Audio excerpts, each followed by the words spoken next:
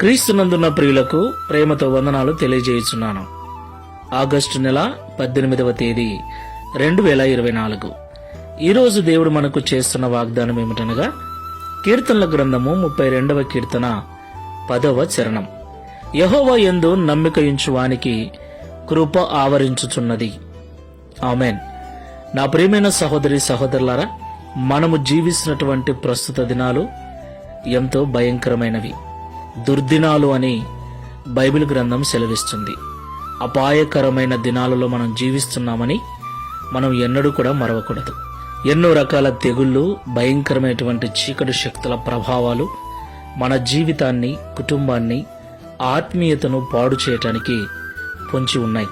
మరి ఇలాంటి భయంకరమైన దినాలలో మనము, మన కుటుంబము క్షేమంగా దేవుడు మనకు అనుగ్రహించిన ఆయుష్కాలము తీరేంత వరకు సంతోషంగా ఈ లోకంలో బ్రతకాలి అంటే దేవుని యొక్క కృప మనకు చాలా అవసరం.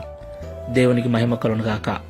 అవును ప్రియులారా, దేవుని కృప మనల్ని రక్షిస్తుంది. దేవుని కృప మనల్ని స్వస్థపరుస్తుంది.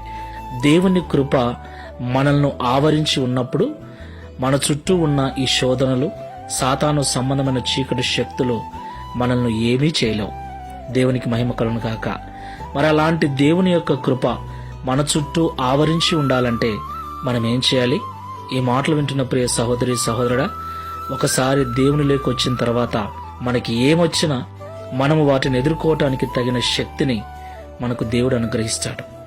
ఆ దేవుడు అనుగ్రహిస్తాడన్న నమ్మకం నీకు నాకు ఉంటే మన చుట్టూ ఆయన కృపను వైఫై లాగా ఆవరింపచేస్తాడు. ప్రార్థన చేసుకున్నాం. సర్వాధికారి, సర్వశక్తిమంతుడా, మీకు స్తోత్రాలు చెల్లిస్తూ ఉన్నాం. యెహోవా యందు నమ్మికయుంచు వానికి కృప ఆవరించుచున్నదని నీ దాసుడైన దావీదు ద్వారా మాతో మాట్లాడినందుకు స్తోత్రాలు.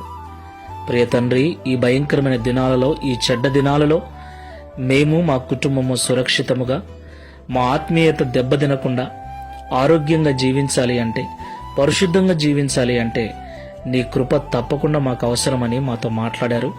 మాకు తెలియపరిచి హెచ్చరించినందుకు స్తోత్రాలు చెల్లిస్తున్నాం. నీ కృప మాకు తోడుగా లేకపోతే ఈ లోకంలో మా జీవితం సజావుగా సాగదు అని కూడా మాకు తెలియపరిచారు. నీ కృప ఉన్నతమైనదని, శాశ్వతమైనదని, నీ కృప ద్వారానే మేము రక్షించబడ్డామని పరిశుద్ధ గ్రంథం సెలవిస్తుంది. మరి అలాంటి నీ కృప మాకు తోడుగా ఉండాలంటే నీ యందు సంపూర్ణ నమ్మిక కలిగి ఉండాలని మాతో మాట్లాడి హెచ్చరించినందుకు స్తోత్రాలు. ఈ ప్రార్థనలో ఏకీభవిస్తున్న వారిలో నిన్ను నమ్ముకొని కూడా నీ సన్నిధికి వస్తూ నీ మాటలు వింటూ కూడా ప్రతి చిన్న సంఘటనకు, ప్రతి చిన్న సమస్యకు భయపడుతూ కృంగిపోతూ ఉన్నట్లయితే ఒకసారి జ్ఞాపకం చేసుకొని, నా దేవుడు నాకున్నాడు, ఆయన నా ప్రతి పరిస్థితి నుంచి విడిపిస్తాడు, ఆయన నన్ను రక్షిస్తాడన్న నమ్మకముతో, విశ్వాసముతో ఈ లోకంలో జీవించుటకు సహాయం చేయమని, తద్వారా ఈ దిన వాగ్దానమును మా అందరి జీవితంలో నెరవేర్చి మీ నామమును మహిమపరచుకొనమని యేసు నామములో ప్రార్థిస్తున్నాము తండ్రి. Amen. Praise the lord. God bless you.